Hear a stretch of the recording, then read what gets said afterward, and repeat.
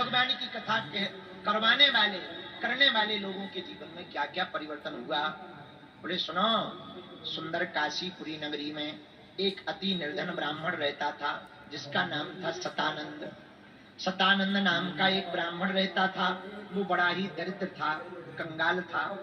भूख से पीड़ित होकर के रोज नित्य पृथ्वी पर जाता, लोगों के पास जाता, भिक्षा के लिए भ्रमण करता, जो भी भिक्षा में मिल जाता उससे अपनी उदर की पूर्ति करता। इस प्रकार से ब्राह्मण को दुखी देख करके भगवान से रहा नहीं गया। दुखित ब्राह्मण को देखकर भगवान को दया आ गई, क्योंकि भगवान दीनों पर दया करने वाले हैं, इसलिए इनका नाम दीनानाथ है। भगवान ने जब देखा यह ब्राह्मण जगह जगह जाकर के भिक्षा के लिए भ्रमण करता है, भिक्षा मांगता है, तब इसका जीवन चल पाता है, क्यों ना हम ही इस पर कृपा कर दें। तो दुखी ब्राह्मण को देखकर भगवान ने एक उपाय किया। एक बूढ़े वृद्ध का रूप धारण किया और बूढ़े ब्राह्मण का रूप धारण करके आदर पूर्वक ब्राह्मण के पास जाकर के नमस्कार किया। हे ब्राह्मण, आपकी जय हो। आप बताओ, दुखी होकर के यहाँ वहां क्यों घूमते हो, नित्य पृथ्वी पर क्यों भ्रमण करते हो। हे दुजोत्तम, हम तुमसे सब कुछ सुनना चाहते हैं, कृपा करके हमें सुनाइए। गरीब ब्राह्मण ने कहा, हे भगवान, मैं एक दरिद्र ब्राह्मण हूँ, दीन हूँ, हीन हूँ, भिक्षा के लिए दिन भर पृथ्वी पर घूमता हूँ, उसी से अपने उदर की पूर्ति करता हूँ।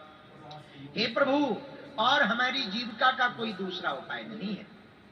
आपके मन में, आपके पास ऐसा कोई उपाय हो जिससे मुझे इस भिक्षा याचन से मुक्ति मिल जाए, तो कृपा करके बतलाने का कष्ट करें। उन वृद्ध रूपी भगवान ने ब्राह्मण से कहा, हे ब्राह्मण देवता, दरिद्रता को दूर करने वाला, धन धान को बढ़ाने वाला, निर्धन को धनवान बनाने वाला, संतानहीनों को संतान देने वाला, मनोवांछित फल को पूर्ण करने वाला, मन इच्छा को पूर्ण करने वाला एक पुण्य व्रत है, जिसके करने से हे ब्राह्मण, आपकी यह पीड़ा दूर हो जाएगी, आपकी यह बाधा दूर हो जाएगी, आपका दुख दूर हो जाएगा और आप इस संसार के सभी सुखों को भोग कर अंत में भगवान के धराधाम को जाओगे। वृद्ध रूपी भगवान ने और ब्राह्मण देवता को पूरा विधान बतलाया। ब्राह्मण ने हाथ जोड़ करके कहा, प्रभु कहिए वो कौन सा व्रत है। वृद्ध रूपी भगवान ने कहा, हे ब्राह्मण, वह कोई और नहीं, स्वयं श्री सत्यनारायण भगवान का व्रत है। जो भी सत्यनारायण का व्रत करेगा उसका कल्याण हो ही जाएगा।